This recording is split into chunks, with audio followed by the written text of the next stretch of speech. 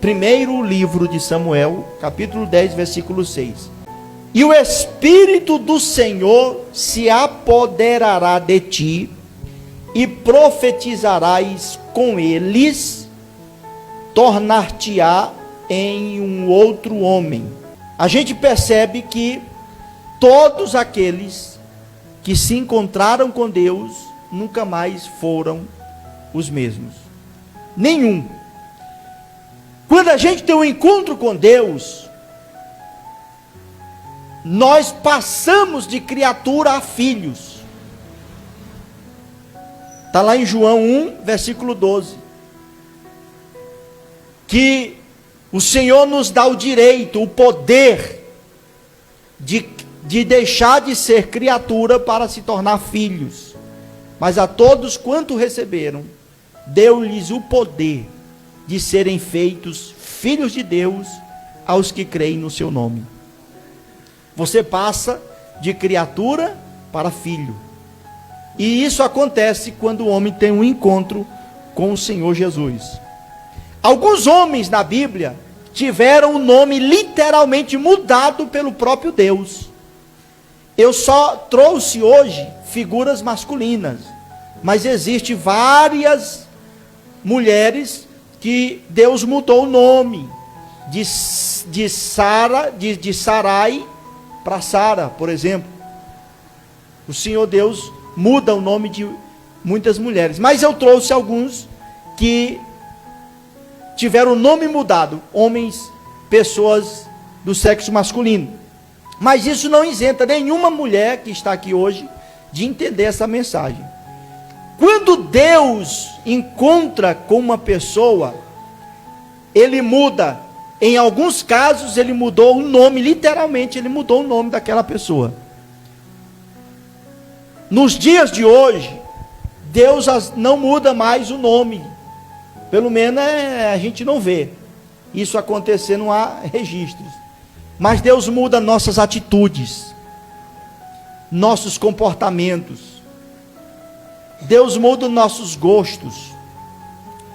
Deus muda nossas ações. Deus passa a moldar a nossa vida em uma nova maneira de vivermos, em uma nova forma de vida. Você não é mais o mesmo depois que se encontra com a pessoa de Cristo Jesus. E quando Deus muda a nossa vida, porque quem muda, irmãos, é Deus, não é simplesmente pelas nossas forças, pelo nosso querer. Então, se você perguntar a uma pessoa que está afundada no fundo do poço, vivendo no pecado, no mais profundo do pecado, se você perguntar se ele quer mudança, ele vai dizer que quer. Ele vai dizer que quer mudança. Só que ele não consegue mudar, porque não é ele que se muda. Ninguém tem o poder de mudar sozinho. Se tivéssemos o poder de fazer isso, todo mundo era diferente. Porque quando todo mundo está vivendo um caos na vida, tudo que ele quer é mudança. Tudo que ele quer é uma nova vida, só que ele não consegue. Não pelos seus méritos. Ele precisa ter um encontro com Deus. Deus passa então a agir na vida dele. E ele vai fazendo o quê? Dando lugar para Deus, para que ele então consiga superar suas fraquezas, com a presença, com o poder, com a ação de Deus na sua vida. E somente com a ação de Deus na vida. E quando Deus muda a nossa vida, a gente fica marcado. Você não esquece mais. Você fica marcado do dia que teve o encontro com Deus. Por que que você fica marcado? Qual é o plano de Deus de marcar aquele dia que você teve o encontro com Ele? Ou que Ele teve o encontro com você? Fica marcado para que você nunca se esqueça quem você era e quem você é agora, a partir do momento que está vivendo uma nova vida com Deus. Você não esquece mais. Toda vez que você pensa em desistir, você lembra daquele dia, você lembra do encontro com Deus, você lembra, aí você então assume a responsabilidade. Eu vou andar segundo Deus, segundo a vontade de Deus. Quantos estão me entendendo? Por exemplo, Abraão, antes ele era Abrão. Se você ler Gênesis 17, versículo 1, Deus muda, o próprio Deus disse assim: olha, Abrão, a partir de hoje, eu vou mudar o teu nome, e tu serás conhecido universalmente, todo mundo vai saber que tu era Abrão, e a partir do momento que tu se encontrou comigo, agora tu será Abraão. Abrão significa pai grande, pai elevado, homem grande, homem elevado, alto, né, no sentido figurado e não literal. E ele tem um encontro com Deus, e Deus disse assim: agora tu não será mais grande, tu não será mais conhecido como elevado, mais do que alguém, talvez. Tu agora será conhecido como Abraão, que significa pai de nações, ou pai de povos, pai de multidão. Deus não quer que você seja apenas grande, elevado. Eu poderia até dizer, Deus não quer que você seja grande e elevado. Deus quer que você seja pai de nações. Deus quer que você seja geradores de vidas. O que adianta ser grande sozinho? O que adianta ser elevado? Ser alto, ser grande, mas sozinho. Morreu, acabou a grandeza. Quando você é pai de nações, quando você gera, quando você produz, quando você multiplica, a sua história fica registrada, os seus feitos não se acabam. Deus não quer que você seja apenas grande. Deus quer que você seja multiplicador, gerador, próspero, crescente, homem que multiplica, homem, mulher que gera, não só no sentido literal de gerar filho, de ser mãe, mas de gerar almas, vidas, de ganhar outros para Deus, de influenciar pessoas, de levar pessoas até Deus. Isso é multiplicação. Isso é a ação de Deus na nossa vida. Se na sua vida você não está produzindo, se você perceber que anos se passam e você não multiplica em nada, algo precisa ser revisto. E eu sugiro pedir a Deus um encontro verdadeiro. Um encontro verdadeiro. Porque quando você tem um encontro com Deus, Deus diz assim: ó, meu filho, tu não vai ser só grande e elevado, tu vai ser pai de muitos, pai de povos, de multidões, de pessoas. Tu vai gerar, tu vai cuidar, você vai ser alguém abençoado na terra. Se você é um servo de Deus, eu quero que você saiba que as promessas do Senhor com o seu nome estão de pés. As promessas de Deus com o seu nome estão de pés. E Deus quer te fazer multiplicador. Pega essa palavra em todos os sentidos da sua vida hoje. Não somente no sentido espiritual, de evangelizar outras pessoas, de pregar para outras pessoas, de levar essas pessoas a Deus, não a igreja, a denominação, mas a Deus, de encaminhar a vida, não só nesse sentido. Imagine, Deus quer que você seja multiplicador em todas as áreas. Deus quer que você cresça, enquanto Ele não arrebatar a sua igreja, ou enquanto a gente não partir, porque não sabemos o dia, a qualquer hora. Se eu costumo dizer, se o Senhor não vier daqui a 120 anos, nós vamos. Nenhum de nós estará mais aqui. Bom, não sei se alguém vai passar dos 120 anos.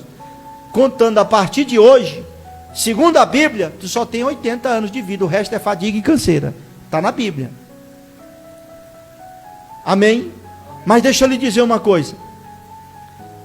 Se você não chegar, se Cristo não vier até os 120, você vai. Mas enquanto você estiver aqui, Deus quer que você multiplique. Deus quer que você cresça em todas as áreas. Porque crescendo você em todas as áreas, Ele é glorificado. Porque alguém vai olhar para você e vai dizer assim: Deus está abençoando essa mulher, este homem, em todas as áreas da vida dele. Essa mulher está crescendo como família, está crescendo em Deus, profissionalmente, emocionalmente, em todas as áreas. Esse homem está multiplicando, está crescendo. E o Senhor Deus disse assim: Abraão, tu não serás apenas grande e elevado, tu serás pai de nações, de povos, de pessoas. Eu vou soprar o teu nome. Antes de tu deixar esse mundo, Abraão, eu vou soprar o teu nome. E vou abençoar muitos através de você. É isso que Deus quer fazer através da sua vida. Toma posse e diga amém. Amém. Outro homem que Deus mudou foi Jacó. Jacó significa enganador, trapaceiro, suplantador, usurpador. Jacó literalmente significa aquele que segura pelo calcanhar, porque ele nasceu agarrado no calcanhar de Saul. A Bíblia diz que eles brigavam já no ventre. E quando um nasce, o outro já vem agarrado no pé, segurando, já planejando dar um golpe no irmão, já querendo sair primeiro. Peraí, era eu, rapaz, mas saiu na frente, mas eu agarrado, ele agarrado aqui. Jacó significa enganador, trapaceiro, suplantador, negociador, esperto. Jacó significa isso. Só que Jacó usou toda a artimanha, tudo que ele poderia usar para se sobressair sobre o irmão, sobre o sogro e assim sucessivamente. Mas a vida de Jacó não era muito boa. Eu poderia até registrar toda a história de Jacó, só que não dá tempo. Mas olhe para o pastor Charles. Um dia Jacó teve um encontro com Deus. Gênesis 35, a partir do versículo 10, você vai perceber que Jacó teve um encontro, lutou com Deus, lutou com um anjo. Quando ele se encontra com Deus, aquele anjo não era apenas um anjo, era Cristo que estava ali. Porque quem muda a vida do homem é só Deus. Anjo não muda a vida de ninguém. Anjos são ministradores a nosso favor. Ministram sob as ordens de Deus para a nossa vida. Mas não muda a vida de ninguém. Quem muda a vida de alguém é Deus. Então Jacó não teve encontro, não foi com um anjo, foi com Deus. E o Senhor disse assim: Jacó, a partir de hoje, esquece esse nome Jacó. Tu serás agora Israel. Israel significa príncipe de Deus. Tu serás agora Israel, príncipe de Deus, que significa vencedor, que reina com Deus, que lidera com Deus, que está na frente do reino de Deus, com Ele, auxiliando. Tu não serás mais Jacó, esperto, negociador, trapaceiro, suplantador, enganador. Tu não serás mais isso, Jacó. Tu serás agora Israel, príncipe de Deus, aquele que reina com Deus, aquele que governa com Deus. Deus estava dizendo assim para Jacó: tu vai reinar comigo, tu vai governar comigo, eu vou te usar, não com as habilidades que tu usava antes, tu vai continuar negociando, fazendo obras, mas comigo, eu agora é que te uso. As estratégias não são mais as tuas, agora é as minhas que estarão sobre a tua vida. E eu vou mudar a tua vida. Deus, ao mudar o nome de Jacó para Israel, estava garantindo que Jacó seria vencedor. Diga amém. Ele seria vencedor e que ele não precisaria mais usar métodos humanos como ele usava antes. Ele não iria mais precisar. Deus estava dizendo: Jacó, fica tranquilo, tu serás príncipe no meu reino. Diga após mim: eu sou príncipe no reino de Deus. Diga assim: logo eu governo com Deus. Em nome de Jesus. Toma posse disso. Você governa. Você não é mais um homem lutador, batalhador sozinho. Jacó está tentando aí sozinho. Agora, a partir de hoje, eu vou te usar para você trabalhar comigo no meu reino. E eu vou soprar o teu nome, vou multiplicar teus filhos. Tu vai ser para começar, as 12 tribos de Israel veio de Jacó, de Israel. Diga graças a Deus. A partir do momento que Deus muda o nosso nome, não temos mais necessidade de vivermos lutando sozinho, preocupado, o que fazer, como fazer. Não se preocupe. O reino de Deus, que é governado por Deus, te dará as diretrizes. E você reinará com o Senhor. Isso implica em dizer que estaremos protegidos de qualquer inimigo que quer nos destruir. Ele vai nos fazer, ou nos faz, vencedores. Amém, irmãos? Vencedores. Você não tem mais preocupação, porque você está agora governando com Deus. Afinal de contas, o que é que um príncipe é de um rei? O príncipe é o que de um rei? Ele é filho. Quem toca no filho de um rei?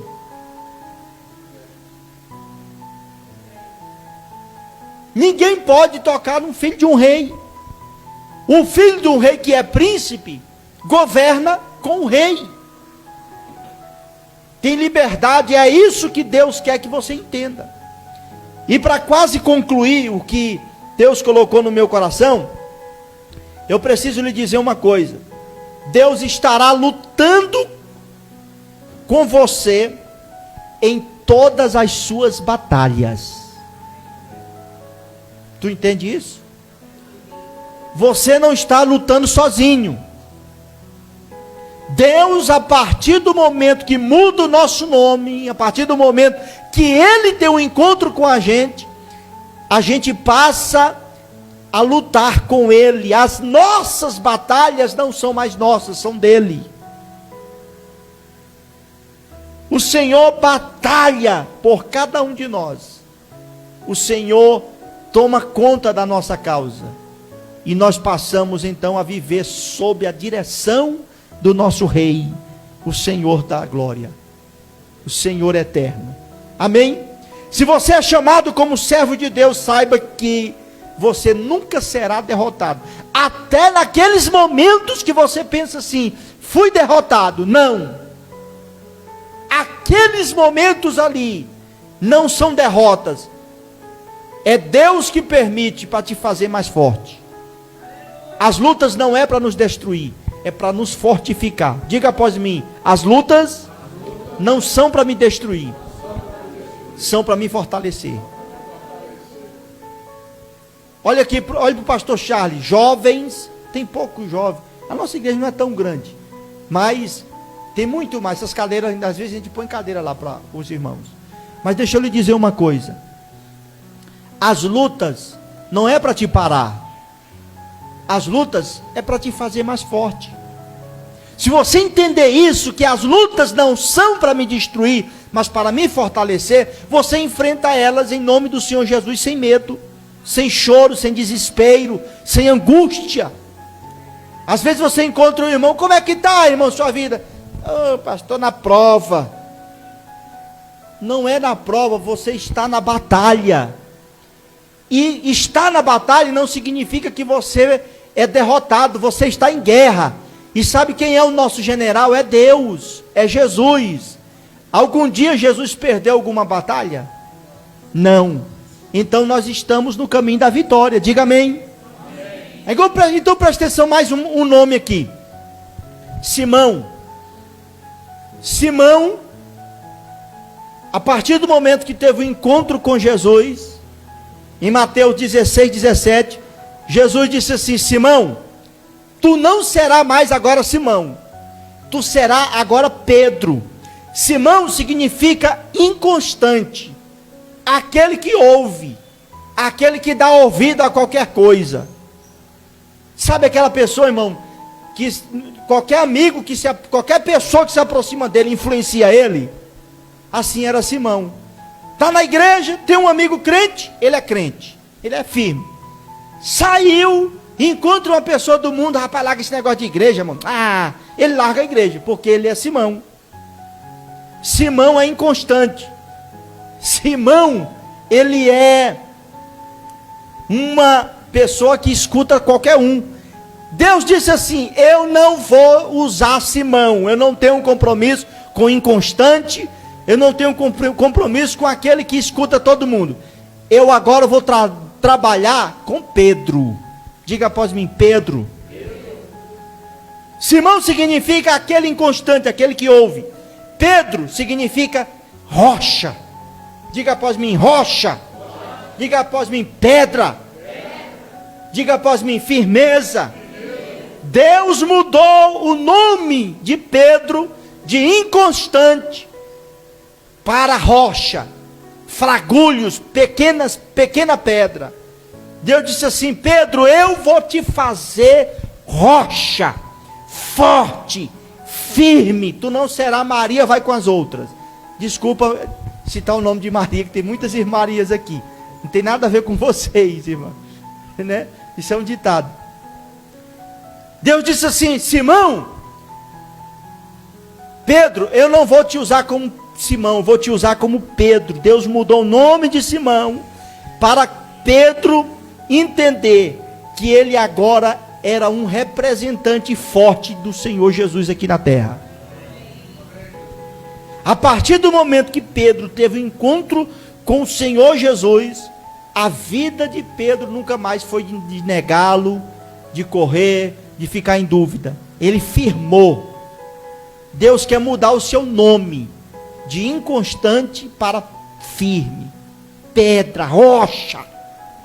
Amém? A luta veio, o vento sopra, mas ele é como os montes de Sião, pedra, rocha de Sião, que não se abala, permanece firme.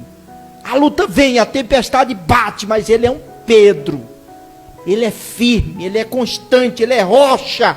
Você pode dizer amém? Amém. Pedro se tornou tão forte que ele lá na frente, na sua carta, quando ele escreveu na primeira carta, capítulo 2, 5 e 6, ele fala de Cristo como a pedra de esquina, a pedra principal, a pedra angular. Ele fala de Cristo como aquele que sustenta a igreja. Esse templo você não está vendo, mas em cada canto tem colunas, né? Tem sapatas que a gente chama. A firmeza de tudo isso está aqui, ó. Pedra angular, pedra de esquina. Pedro disse assim: Cristo é a pedra de esquina, a pedra principal, a que sustenta, a que dá firmeza para a obra. Pedro se tornou tão forte que passou a pregar sobre firmeza, sobre força. Pare de ser inconstante em nome de Jesus Cristo. Você sabe para quanto tempo a gente deve se programar para servir a Deus? Diga após mim, até a morte. Não, vou passar um tempo, não, é até a morte, em nome de Jesus, sou firme. E eu concluo aqui, falta 5 minutinhos, eu concluo, dizendo o seguinte: Deus mudou a vida de Saulo para Paulo.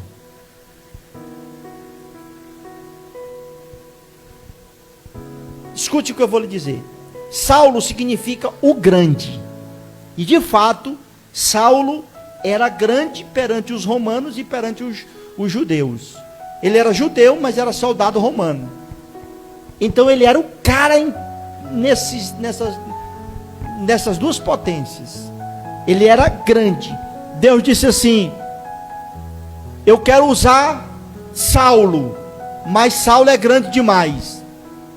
É como se o Senhor dissesse assim: grande só é eu, o resto tudo eu quero que seja pequeno. Aí Paulo significa o pequeno. Diga após mim: o pequeno. Deus não tem compromisso com quem é grande, Deus tem compromisso com quem é pequeno. Saulo era grande, exaltado, orgulhoso, homem cheio de privilégios. Saulo era o cara. Quando ele chegava, todo mundo parava, batia continência, parava tudo. Saulo chegou. Deus disse: não, a continência tem que ser para mim. Jesus disse assim: quem deve ser grande sou eu, então eu vou usar pequenos. Todo crente que pensa que é grande, todo crente que acha que é melhor do que alguém, se lasca todinho, que Deus derruba ele do cavalo. Deus só usa pequeno. Amém? Paulo foi escolhido como o pequeno para lhe ensinar a verdadeira humildade. Paulo não conhecia humildade. Jesus disse assim: olha, Saulo, tu não será mais Saulo, o grande, tu será agora Paulo, o pequeno.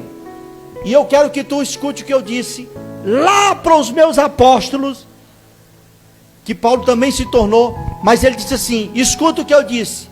O Senhor citou Mateus 11, 28. Vinde a mim, todos os cansados, oprimidos, sobrecarregados, e eu vos aliviarei. Tomai sobre vós o meu jugo e aprendei de mim. Diga após mim: aprendei de mim, que sou manso e humilde de coração. Jesus disse assim: Paulo, tu vai ser o pequeno, tu vai saber o que é humildade. Aprenda comigo, eu sou humilde, e você vai aprender comigo.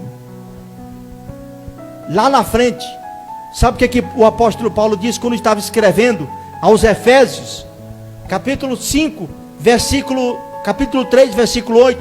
Paulo, ele fala assim: eu sou entre vocês o menor. Deus ama usar esses. Deus ama usar os menores. Não é aquele que fica como diz lá no Maranhão, se amostrando como menor. É porque eu sou pequenininho, e na verdade é orgulhoso para terrível, é perigoso. Não. Paulo disse: entre vocês eu sou o menor, mas Deus me escolheu para escrever algo para vocês. Eu vou escrever aí, Efésios capítulo 3, versículo 8. Façam isso. Coloca para mim Efésios 3 e 8. Segura aí, irmãos, um minutinho, e eu oro com vocês. Efésios 3 e 8. Olha o que diz o apóstolo Paulo lá escrevendo, enquanto o irmão Israel acha aí.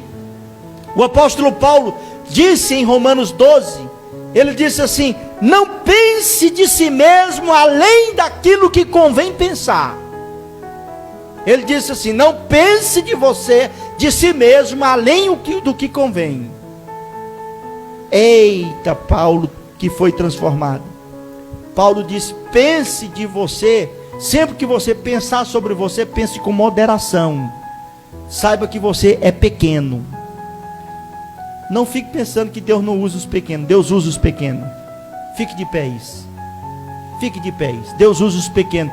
Paulo diz assim, Efésios 3 e 8. A mim, o mínimo de todos, né, de todos os santos, eu sou o menor. Paulo disse.